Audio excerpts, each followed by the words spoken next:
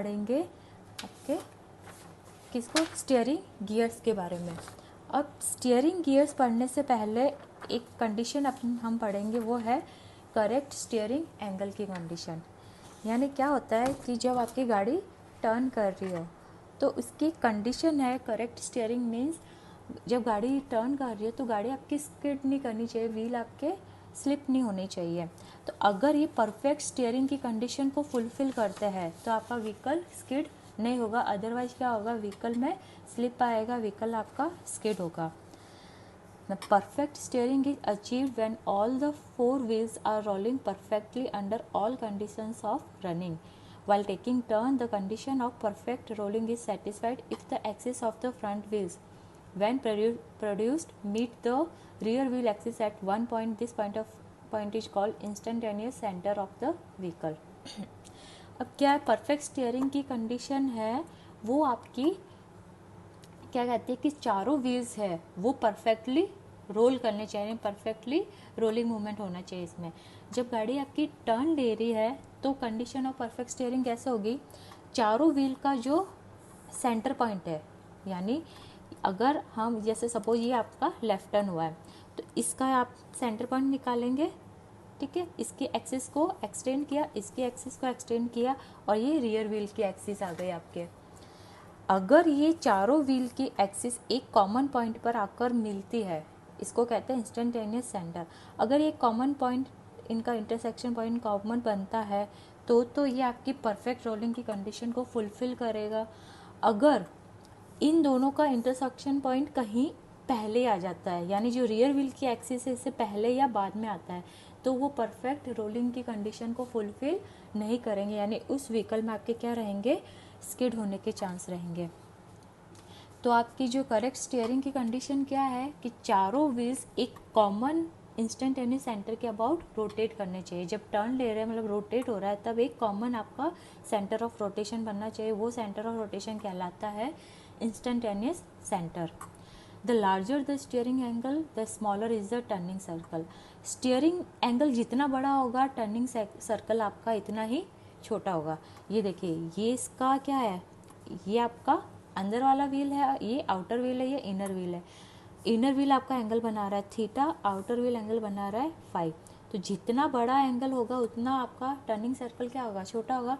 अब गाड़ी आपकी लेफ्ट टर्न ले रही है अगर, तो क्या होगा कि ये जो इनर व्हील है वो छोटा रेडियस कवर करेगा, छोटा सर्कल बनेगा टर्निंग सर्कल, और बाहर वाले व्हील का बड़ा बनेगा। जबकि जो एंगल बन रहा है वो इनर व्हील का ज़्यादा बन रहा है और बाहर वाले व्हील का कम बन रहा है। तो जितना स्टीयरिंग एंगल बड़ा होगा टर्निंग सर्कल उतना ही छोटा होगा।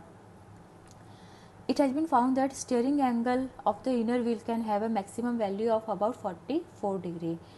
तो ये जो रिसर्च से क्या मिला है कि जो इनर व्हील का टर्निंग आपका स्टीयरिंग एंगल है वो मैक्सिमम कहाँ तक हो सकता है, 44 degree. The extreme position on either side are called lock position. Lock position क्या है कि अगर व्हीकल को आप एक्सट्रीमली लेफ्ट घुमा दो तो लेफ्ट साइड की लॉक पोजीशन हो जाएगी। स्टीयरिंग व्हील को आप एक्सट्रीमली राइट साइड में टर्न कर लो तो जहाँ पर वो रुक जाएगा तो वो क्या आ जाएगी, उसकी राइट साइड की लॉक पोजीशन। अब इस डायग्राम में ये आपका क्या हो गया, व्हील ट्रैक, ये व्हील बेस हो गया बी, सी क्या हो गया आपके, ये पिवट की सेंटर डिस्टेंस, ठीक है। तो टर्निंग सर्कल क्या हो गया, smaller circle of outer front wheel in lock position. Lock position means जब आप एक्सट्रीम लेफ्ट या राइट टर्न करते हो उस कंडीशन में क्या होगा, उसका जो छोटा सर्कल होगा क्या आउटर फ्रंट व्हील का वो क्या कहलाएगा, टर्निंग सर्कल। अब कंडीशन ऑफ करेक्ट स्टीयरिंग क्या है, cot phi minus cot theta equals to C by B. Phi क्या है आपका यहाँ पर, ये देखिए फाई कौन सा बना रहा है, आउटर सर्कल, आउटर व्हील, तो angle of outside lock. Theta क्या हो जाएगा, एंगल ऑफ इनसाइड लॉक, क्योंकि इनसाइड जो इनर सर्कल व्हील है वो ये एंगल बना रहा है। सी हो गया आपकी पिवट सेंटर डिस्टेंस और बी हो गया आपका व्हील बेस।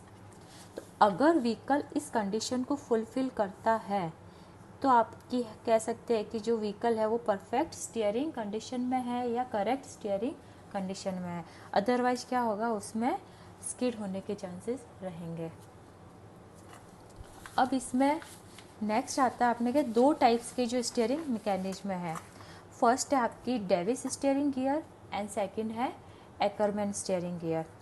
तो दोनों में डिफरेंस क्या है, मेन पेयर्स पे डिफरेंस है, यानी जो जॉइंट काम में आ रहा है, एक में स्लाइडिंग पेयर काम में आएंगे, दूसरे में turning pair. Davis steering gear has sliding pairs whereas the एक्करमैन steering gear has only turning pair. अब डेविस स्टीयरिंग में क्या होता है, स्लाइडिंग पेयर काम में आएंगे और एक्करमैन में टर्निंग। हमें पता है कि जहाँ स्लाइडिंग पेयर होंगे वहाँ फ्रिक्शन ज़्यादा होगा, टर्निंग पेयर में फ्रिक्शन आपका कम होगा। जहाँ फ्रिक्शन ज़्यादा होगा वहाँ स्टीयरिंग एफर्ट भी ज़्यादा लगेगा। Hence Davis steering gear will wear out earlier. अब जहाँ फ्रिक्शन ज़्यादा होगा वो क्या होगा, वियर भी जल्दी होगा, पार्ट्स ख़राब भी जल्दी होंगे उसके, and become inaccurate after certain time. But mathematically क्या होता है, जो मैथमेटिकली कंडीशन हमने पढ़ी है cot phi minus cot theta equals to C by V, तो क्या होता है कि जो डेविस स्टीयरिंग गियर है वो मैथमेटिकली करेक्ट है इन ऑल पोजीशन। अब ऑल पोजीशन मतलब क्या है, व्हीकल आपका ये एक्सट्रीम लेफ्ट हो गया, स्ट्रेट हो गया और एक्सट्रीम राइट हो गया।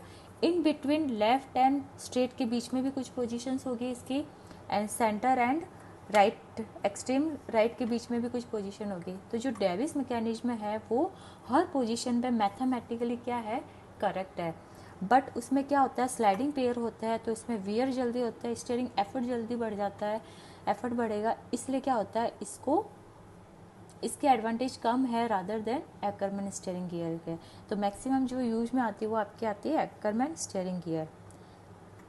एक चीज़ और, जो डेविस स्टीयरिंग गियर में है जो पूरा सेटअप होता है उसका मैकेनिज्म का, वो कहाँ लगता है, फ्रंट एक्सल से ऊपर की तरफ, और एक्करमैन स्टीयरिंग में होगा जो लिंक होंगे सारे लिंकेज वगैरह वो फ्रंट एक्सल से नीचे की तरफ। अब डेविस स्टीयरिंग गियर में क्या होता है कि देखो यहाँ पर क्या है, एक क्रॉस लिंक है, KL है आपकी, ये क्रॉस लिंक, ये एक दूसरी लिंक है AB, इसके क्या कर रही है, पैरेलल ये स्लाइड कर रही है। ये यहाँ पर ये आपके क्या दिख रहा है, ये स्लाइडिंग पेयर, यहाँ पर ये स्लाइड कर रही है, and is connected to the stub axle of the two front wheels by means of two similar bell crank lever CAK and DBL। ये दो बेल क्रैंक लीवर है CAK एंड DBL, ये आपकी स्टब एक्सल होगी और ये link होगी, दोनों मिलके क्या बना रहे हैं, ये bell crank lever. The cross link slides in the bearing and carriage pin at its end K&L। अब ये क्या आ रहा है, ये यहाँ पर बियरिंग में स्लाइड कर रहा है और यहाँ पे ये आपके इसके क्या दे रखे हैं, guides. When the vehicle is running straight, the gear is said to be in its mid position. The short links AK and BL are inclined at an angle 90 plus alpha to their stub axle. The correct steering depends upon the suitable selection of cross arm angle alpha.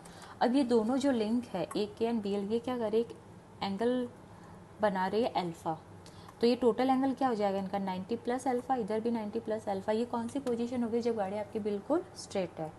जब गाड़ी आपकी turn करेगी तो alpha का जो angle कैसा है उस पर डिपेंड करेगा स्टीयरिंग, ये करेक्ट स्टीयरिंग की कंडीशन। तो tan अल्फा की वैल्यू है B/2L। B क्या हो गई आपकी, distance between the pivots of front axle, ये देखिए distance between the pivots of front axle, A और B के बीच की डिस्टेंस। L हो गया आपका व्हील बेस, तो B/L की रेंज होती है 0.4 to 0.5, तो यहाँ से अल्फा आएगा आपका 11.3 डिग्री एंड 14.1 डिग्री, इसके बीच में ये अल्फा आपका लाई करेगा। अगर ये अल्फा इसके बीच में लाई कर रहा है तो करेक्ट स्टीयरिंग की कंडीशन को क्या करेगा, फुलफिल करेगा। नेक्स्ट आपकी एक्करमैन स्टीयरिंग गियर, ये देखिए इसमें जो क्या है, ये कहाँ प्लेस है आपके फ्रंट एक्सल के नीचे की तरफ। It consists of a cross link KL connected to the short axle AC and BD of the two front wheels. अब यहाँ पे क्या होता है, इसमें भी ये एंगल अल्फा बना रहा है। When the vehicle is running straight, the cross link KL is parallel to AB। ये क्रॉस लिंक है, ये इस लिंक के पैरेलल है, पर यहाँ पे स्लाइडिंग पेयर्स ना होकर क्या होंगे इसमें, turning pairs. In order to satisfy the fundamental equation for correct steering, the link AK and KL are suitably proportioned and angle is suitably selected. अब क्या करते हैं, एक्करमैन में एकरमैन जो मैकेनिज्म है वो मैथमेटिकली करेक्ट नहीं है सारी पोजीशंस पे, ओनली 3 कंडीशंस पे वो मैथमेटिकली करेक्ट रहती है, जब आपकी गाड़ी एकदम स्ट्रेट है या फिर एक्सट्रीम लेफ्ट है या एक्सट्रीम राइट है। इन मिड इसकी जो भी पोजीशंस है वहाँ पर वो मैथमेटिकली प्रूव नहीं होती है, मैथमेटिकली इनकरेक्ट होती है। बट इसके दूसरे एडवांटेज इतने हैं कि इसमें टर्निंग पेयर्स है तो फ्रिक्शन कम होता है, तो इसकी लाइफ ज़्यादा रहती है और स्टीयरिंग एफर्ट भी इसमें कम लगता है। इस वजह से इसको चूज किया जाता है। कैसे, जो अल्फ़ा की पोजीशन, अल्फ़ा की वैल्यू है उसको सुटेबली सेलेक्ट किया जाता है इनकी पोजीशन को। तो दोनों तरफ एंगल सेम नहीं होकर अलग अलग लेकर इनको क्या किया जाता है, नियर अबाउट मैथमेटिकली करेक्ट किया जाता है। तो एकरमैन स्टीयरिंग गियर को ऐसे काम में लेते हैं। For correct steering cot 5 minus cot theta equals to b/l, ये इसकी मैथमेटिकली कंडीशन है। b/l की वैल्यू 0.4 to 0.5 के बीच में, और 3 वैल्यू पे यानी 3 कंडीशन पे ये क्या देता है, करेक्ट स्टीयरिंग देता है। Thank you.